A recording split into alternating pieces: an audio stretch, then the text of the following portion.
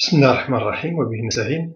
بداية لا بد من التذكير بآخر محاضرة كنا نتحدث فيها، وهي المحاضرة التاسعة التي افتتحنا فيها الحديث عن إجراءات الدعوة. وقلنا بأن هذه الإجراءات أو إجراءات التي تمر منها الدعوة تنقسم إلى أقسام كثيرة ومتعددة، ولدواعي منهجية كما سبق أن قلت تنقسم هذه الإجراءات إلى ثلاثة أنواع أساسية. هناك إجراءات التقييد والتبليغ، وهذه هي التي كنا نطرقها في المحاضرة السابقة، حيث إن إجراءات التقييد هي تقديم الطلب وأداء المصاريف وتسجيل الطلب بسجلات المحكمة، ثم إحالته إلى رئيس المحكمة وتعيين المقرر أو القاضي المكلف بالقضية، ثم تأتي بعد ذلك عملية التبليغ بأمر من القاضي المقرر أو القاضي المكلف بالقضية أو المستشار المقرر بحسب الأحوال، حسب ما إذا كانت المحكمة المباشرة لهذا التحقيق إما محكمة ابتدائية أو محكمة استئناف. والآن سنتحدث عن إجراءات تحقيق الدعوة. وإجراءات تحقيق الدعوة تنقسم إلى قسمين في العادة، وكما هو معروف عند الشرائح. هناك من جهة إجراءات تحقيق العادية، وهناك من جهة ثانية إجراءات تحقيق المصدرية. الآن في هذه المحاضرة سوف نتحدث عن إجراءات تحقيق العادية. هذه الإجراءات التحقيق تستلزم كل دعوة، وذلك لإثبات صحتها، بمعنى أن المدعي لا يستحق المدعى به إلا بحجة يقدمها، وينبغي أن تكون هذه الحجة مقنعة للمحكمة، لأن القاعدة تقتضي بأن الدليل على المدعي. ولا شك أن التحقيق هو مرحلة من الدعوة تثار فيها مناقشة الوسائل والوقائع المثارة ومختلف الوقائع القانونية المدعمة لكل طلب أو دفع، بحيث يسعى كل خصم إلى إقناع القاضي بصحة ادعاءاته أو بعدم صحة ادعاءات خصمه، بينما يسعى القاضي من جانبه إلى الإلمام بوقائع النزاع والتأكد من مطابقتها للحقيقة تسهيلا لمهمته أو لمهمة الهيئة للفصل في النزاع. وسنعمل في هذه المحاضرة من أجل الحديث المحور الأول عن القواعد العامة لإجراءات التحقيق العادية، ثم نخصص المحور الثاني لإجراءات التحقيق العادية، يعني مجمل الإجراءات التحقيقية العادية المنظمة في قانون المسطرة المدنية. فيما يتعلق بالمحور الأول الذي هو القواعد العامة لإجراءات التحقيق العادية، هنا سنتناول جملة من القضايا، من بينها سنتناول قاعدة القاضي المختص بالأمر بإجراء التحقيق، ونتحدث كذلك في قاعدة ثانية عن سلطاته، ونخصص القاعدة الرابعة للأوامر المتعلقة بإجراءات التحقيق، وفي القاعدة الرابعة نتحدث عن الطعن في إجراءات التحقيق، ونخصص القاعدة الخامسة لتنفيذ هذه الإجراءات، وذلك كما يلي. أولا، من هو القاضي المختص بالأمر بإجراء التحقيق؟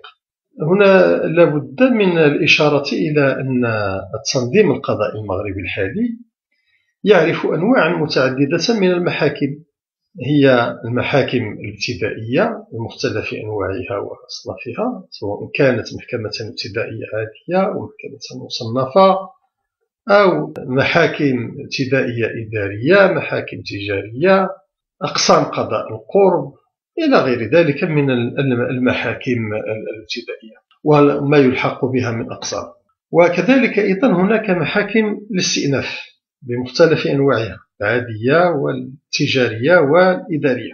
ويأتي في هرم القضاء المغربي محكمة النقد بطبيعة الحال. الجامع بين هذه المحاكم أنها تسير وفق المسطرة الكتابية والقضاء الجماعي، وذلك كقاعدة عامة إلا ما استثني. والقاضي المختص بالتحقيق في هذه المحاكم نعرض له كما يلي وفق هذا المنهج. أولا، القاضي المختص بالتحقيق في القضايا الاستعجال. عادة أن المختص بالتحقيق في قضايا الاستعجالية هو رئيس المحكمة في إطار اختصاصاته التي خولها له القانون، لأنه يحق له بصفته قاضيا للمستعجلات أن يأمر استثناء بإجراءات التحقيق الأصلية والعارضة. متى يقوم بإجراء التحقيق بطريقة أصلية؟ أجاز المشرع لرئيس المحكمة القيام بإجراءات التحقيق الأصلية بإقراره بدعوى إثبات الحالة، سواء في إطار الأوامر المبنية على الطلب طبقا للفصل 148 من قانون المسطرة المدنية، أو في إطار الأوامر الاستعجالية طبقا للفصل 149 من قانون المسطرة المدنية. أما المسألة الثانية المتعلقة بإجراء التحقيق العارضة فإنه كما نعلم أن لرئيس المحكمة بصفته قاضيا للمستعجلات أن يأمر بإجراءات التحقيق في شكلها العارض، وذلك في حالتين. الحالة الأولى إذا ما أوكل له المشرع بنص خاص سلطة البت في جوهر الحق، كما هو الحال في ظاهر 5 يناير 1953 بشأن المراجعة الدورية لأثمان كراء الأماكن المستعملة للتجارة أو الصناعة والحرف، بحيث يحق لرئيس المحكمة أن يأمر بإجراء خبرة لتقدير السوم الكرائية المناسبة للمحل المكترى. الحالة الثانية إذا كان غرضه منها التحقق من قيام الخطر والاستعجال في إطار الإجراء الوقتي المطلوب، هذا فيما يتعلق بإجراء التحقيق من طرف رئيس المحكمة. المختص الثاني قيام بإجراءات التحقيق هو القاضي المختص أمام أقسام قضاء القرب.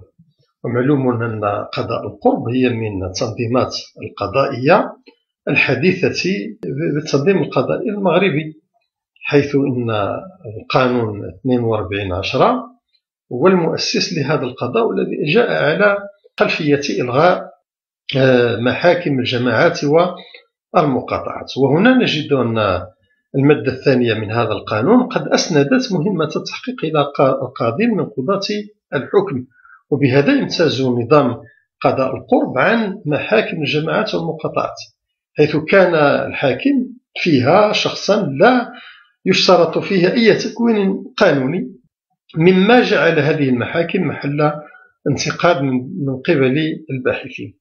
ولا شك أن إسناد مهمة التحقيق والحكم إلى قاض من قضاة الحكم من شأنه أن يضفي على هذا النوع من القضاء نوعا من القبول والاحترام، وهو ما لم تكن تحظى به أحكام محاكم الجماعات والمقاطعات الملغاة. الجهة المختصة الثالثة في القيام بإجراءات التحقيق العادي هو القاضي المكلف بالقضية في إطار القضاء العادي أو القضاء الفردي. القاضي المكلف بالقضية هو قاضي فردي يتولى إجراء تحقيق المسطرية والعادية والبت في القضايا المعروضة عليه بالمحكمة الابتدائية في حدود الاختصاص المخول له قانونا، فهو يعتبر قاضيا للموضوع من هذه الناحية، ويجمع بين صلاحية التحقيق وصلاحية البت في الموضوع. لذلك له أن يأمر بكافة إجراءات التحقيق العرضية والأصلية التي نظمها المشرع. الجهة الثالثة المكلفة بإجراءات التحقيق العادية هو القاضي المقرر أو المستشار المقرر. معلوم أن القاضي المقرر هو الذي يسهر على تطبيق المسطرة الكتابية، وهو عضو من أعضاء الهيئة الجماعية، وسواء في المحكمة الابتدائية أو في محكمة الاستئناف بأنواعها أو في محكمة النقض. ويوجد هذا المقرر كذلك كما قلنا في كل المحاكم المغربية. في المحاكم الابتدائية يوجد القاضي المقرر، وفي المحاكم الاستئنافية بأنواعها يوجد المستشار المقرر، وفي محكمة النقد كذلك أيضا يوجد المستشار المقرر، ولهم اختصاصات خولها لهم القانون القيام بإجراءات التحقيق. وقد قام المشرع المغربي في قانون المسطرة المدنية بعد تعديل 10 شتنبر 1993 إلى إرجاع مؤسسة القاضي المقرر أمام المحاكم الابتدائية، ومن ثم تمت الإحالة فيما يخص اختصاصات القاضي المقرر على اختصاصات المستشار المقرر أمام المحاكم الاستئناف. فالفقرة الأولى والثانية من الفصل 45 من قانون المسطرة المدنية نصت على مجموعة أولا نصت على اعتماد المسطرة الكتابية أمام المحاكم الابتدائية، وثانيا أحالت على الفصول التي يجري بها العمل في تحقيق الدعوى أمام محاكم الاستئناف، ويمارس من خلالها القاضي المستشار المقرر اختصاصه. حالت على هذه الفصول، وهي مجموعة من الفصول تصل في عمومها 7 فصول، تبتدئ من الفصل 329 وتنتهي بالفصل 344 كما هو منصوص عليه في الفصل 45. والقاضي المقرر وفق الفصول المتقدمة لا سيما الفصل 334 له سلطة الأمر بإجراءات التحقيق العادية، وفي ذلك توسيع لصلاحياته وتدعيم لدوره التنقيبي، إضافة إلى ما في هذه المسألة من إسراع بالمسطرة القضائية. والقاضي المقرر يتخذ إجراءات التحقيق في القضية بواسطة أحكام تحضيرية، ويمنع عليه فيها أن يوجه المحكمة إلى ما يمكن أن تحكم به في الموضوع طبقا للفصل 342 من قانون المسطرة المدنية. مهم هو أن القاضي المقرر أو المستشار المقرر في مختلف المحاكم المغربية له مهام وعليه أعباء كثيرة في سبيل تحقيق الدعوة المعروضة أمام هذه المحاكم بحسب الأحوال، سواء كانت محكمة ابتدائية حيث يوجد القاضي المقرر، أو في محاكم الاستئناف حيث المستشار المقرر، أو في محكمة النقد حيث يوجد هذا المستشار المقرر.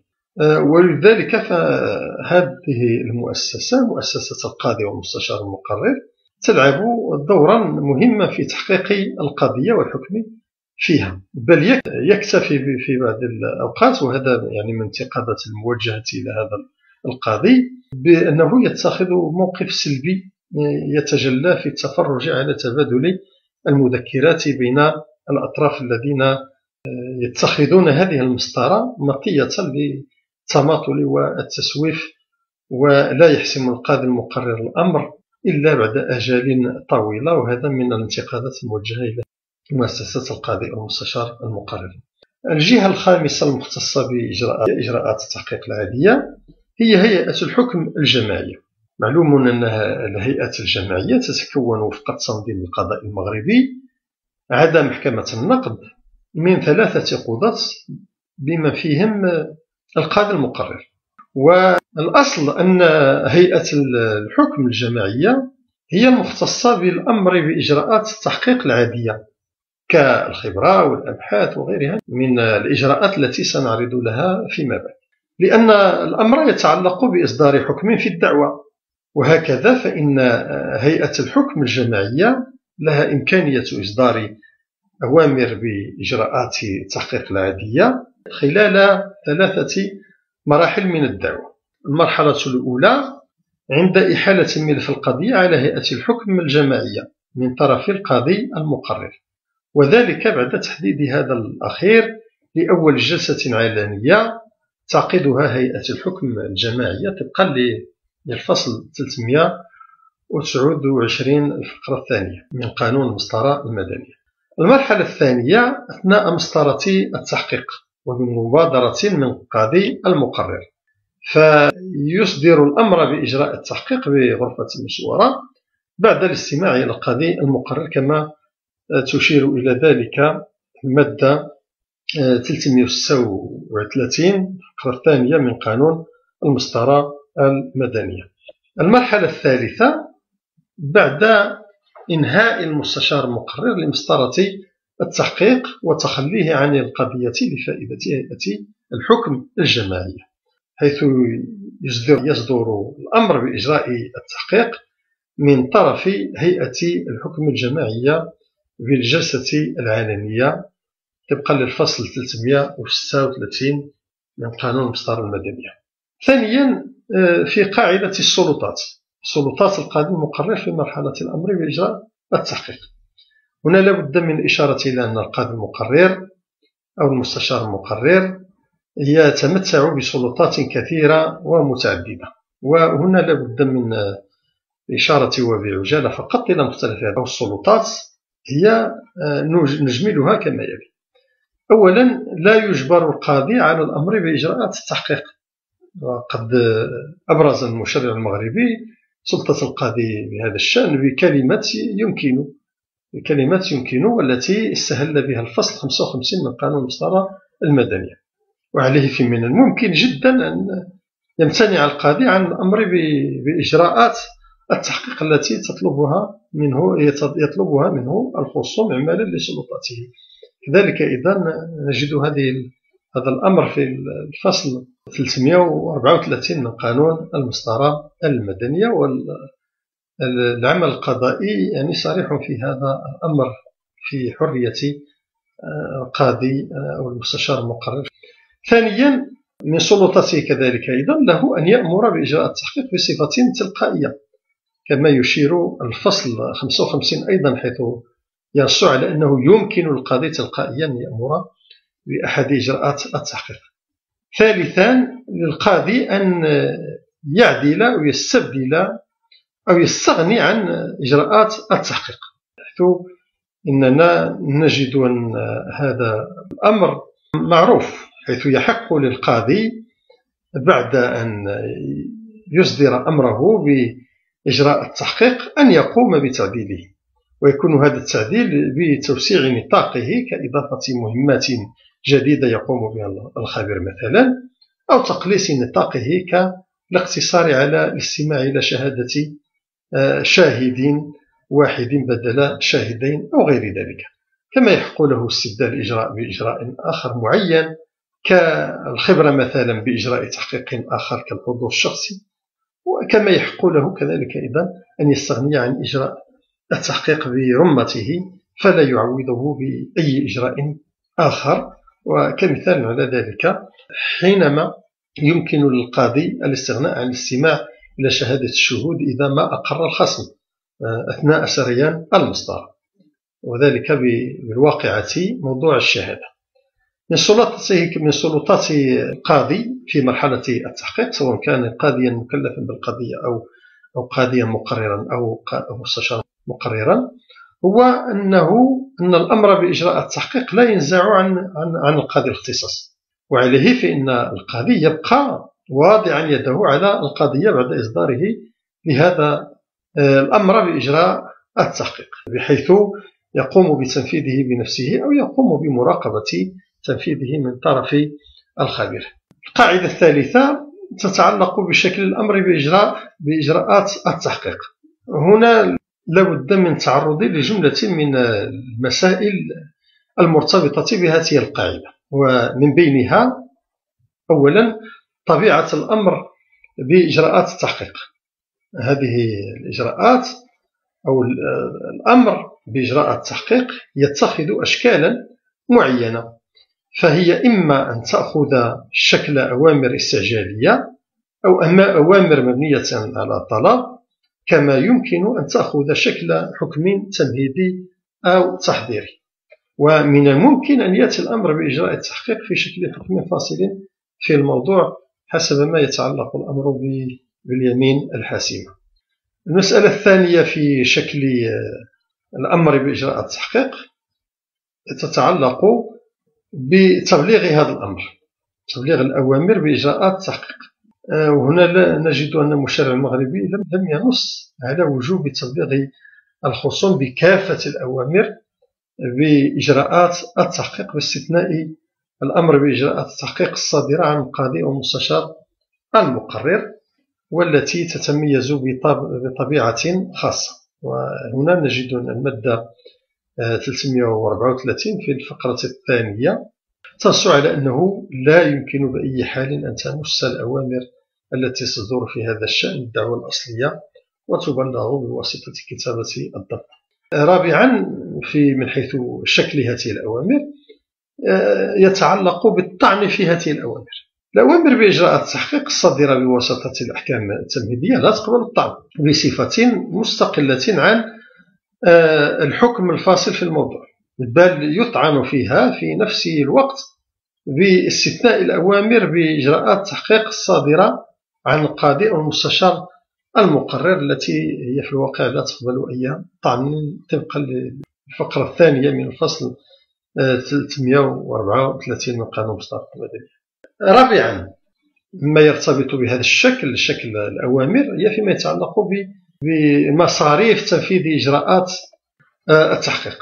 هنا أيضا نجد أن المشرع نص في الفصل 56 من قانون المصطلحات المدنية على أن هذا الأمر وإذا لم يقوم الأطراف بتسديد صوائر الإجراء المأمور به فإن للمحكمة حينئذ أن تصرف النظر عن الإجراء في حالة عدم إيداع هذا المبلغ في الأجل المحدد من طرف القاضي للبت في الدعوة. ويمكن رفض الطلب الذي يصدر الأمر بإجراء التحقيق فيه. المصاريف تقع على عاتق أطراف النزاع كما ينص على ذلك الفصل 55 تحت طائلة صرف النظر عن الإجراء. القاعدة الرابعة تتعلق بتنفيذ إجراءات التحقيق. تنفيذ إجراءات التحقيق مرحلة تأتي بعد الأمر بها، ومن ثم فإننا سنعمل على محاولة تتبع مختلف العناصر المرتبطة بهذه المرحلة من خلال ما يلي. أولا، القاضي المختص بتنفيذ ومراقبة تنفيذ إجراءات التحقيق. لمعرفة القاضي المختص بتنفيذ ومراقبة إجراءات التحقيق يجب التمييز بين القضاء الفردي والقضاء الجماعي. في حالة القضاء الفردي يكون قاضي الفرد سواء كان قاضيا استعجاليا أو قاضيا للموضوع هو المختص بتنفيذ أو مراقبة تنفيذ إجراء التحقيق الذي أمر به، ويجوز له أن ينتدب قاضيا من محكمة أخرى من نفس درجته أو أقل ليقوم بدله بذلك. الحالة الثانية هي في حالة القضاء الجماعي، فهنا تقع إجراءات التحقيق ويقع كذلك أيضا أمر تنفيذها تحت نظر القاضي والمستشار المقرر لوحده دون هيئة الحكم الجماعية. لكن إذا صدر الأمر بإجراء التحقيق من طرف هيئة الحكم الجماعية فإنه يجب التمييز بين تنفيذ إجراء التحقيق ومراقبة تنفيذه. فيما يتعلق بحالة تنفيذ إجراء التحقيق، الأصل أن تنفيذ إجراءات التحقيق المأمور بها من طرف هيئة الحكم تقع على عاتق القاضي أو المستشار المقرر، ويمكن لهيئة الحكم أن تقوم بنفسها بتنفيذ هذا الإجراء بكامل أعضائها، مثل الاستماع إلى شهادة الشهود بغرفة المشورة كما ينص على ذلك الفصل 336 من قانون المسطرة المدنية. لأن المشرع المغربي جعل من اختصاص المستشار المقرر وحده التحقق من مسطرة تحقيق الخطوط والزور الفرعي طبقا للفصل 336 من قانون المسطرة المدني في فقرته الأخيرة. فيما يتعلق بمراقبة تنفيذ إجراء التحقيق، مراقبة إجراءات التحقيق التي تأمر بها هيئة الحكم الجماعية ونقصد بها الخبرة وغيرها، فإنها تعود إلى القاضي أو المستشار المقرر، غير أنه يحق للهيئة أن تعهد بمراقبة تنفيذ هذا الإجراء لرئيس هيئة الحكم. فيما يتعلق بمكان تنفيذ إجراءات التحقيق، يجري تنفيذ إجراءات التحقيق إما بالمحكمة أو خارجها، ذلك طبقا لما تنص على ذلك المادة 336 في الفقرة الرابعة، حيث تنص على أنه تجري الأبحاث أمام المستشار المقرر ما لم ترغب المحكمة في الاستماع إلى الشهود بنفسها، وفي هذه الحالة يجري الاستماع بغرفة المشورة، بمعنى أن المحكمة لا يجوز لها أن تستمع إلى شهادة الشهود بجلسة علنية. أما تنفيذ إجراءات التحقيق خارج المحكمة فيتم إما من طرف الخبير وإما من طرف القاضي المختص بتنفيذ إجراء التحقيق، ويكون ذلك عن طريق الانتقال إلى عين المكان. المسألة الثالثة المتصلة بتنفيذ إجراءات التحقيق هو دور كتابة الضبط خلال مرحلة تنفيذ إجراءات التحقيق.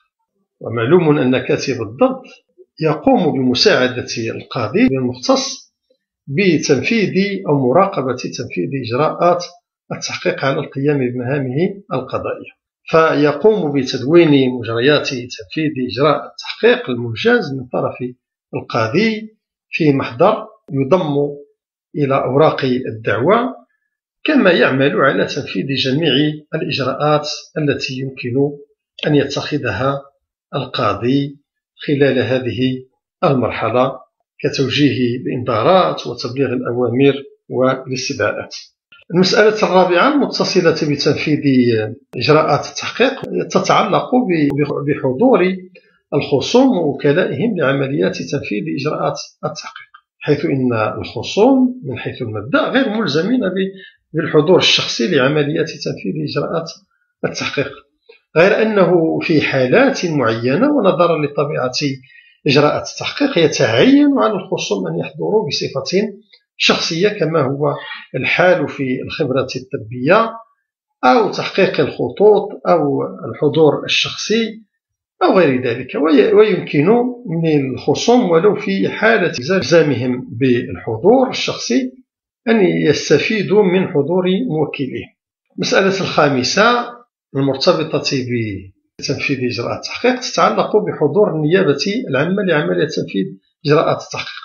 هنا لابد من القول بأن النيابة العامة وحضورها لعمليات تنفيذ إجراءات التحقيق هو اختياري، بدليل تعبير المشرع عن حضور النيابة العامة بصيغة الإمكان، وذلك في الفصل 55 من قانون المصطلحات المدني الذي ينص على أنه يمكن لممثل النيابة العامة أن يحضر في كل إجراءات التحقيق التي أمرت بها المحكمة. سادسا انتهاء عمليات تنفيذ إجراءات التحقيق. حتى لا نطيل نقول بأن هذه العمليات الانتهاء تتم بإحدى طريقتين.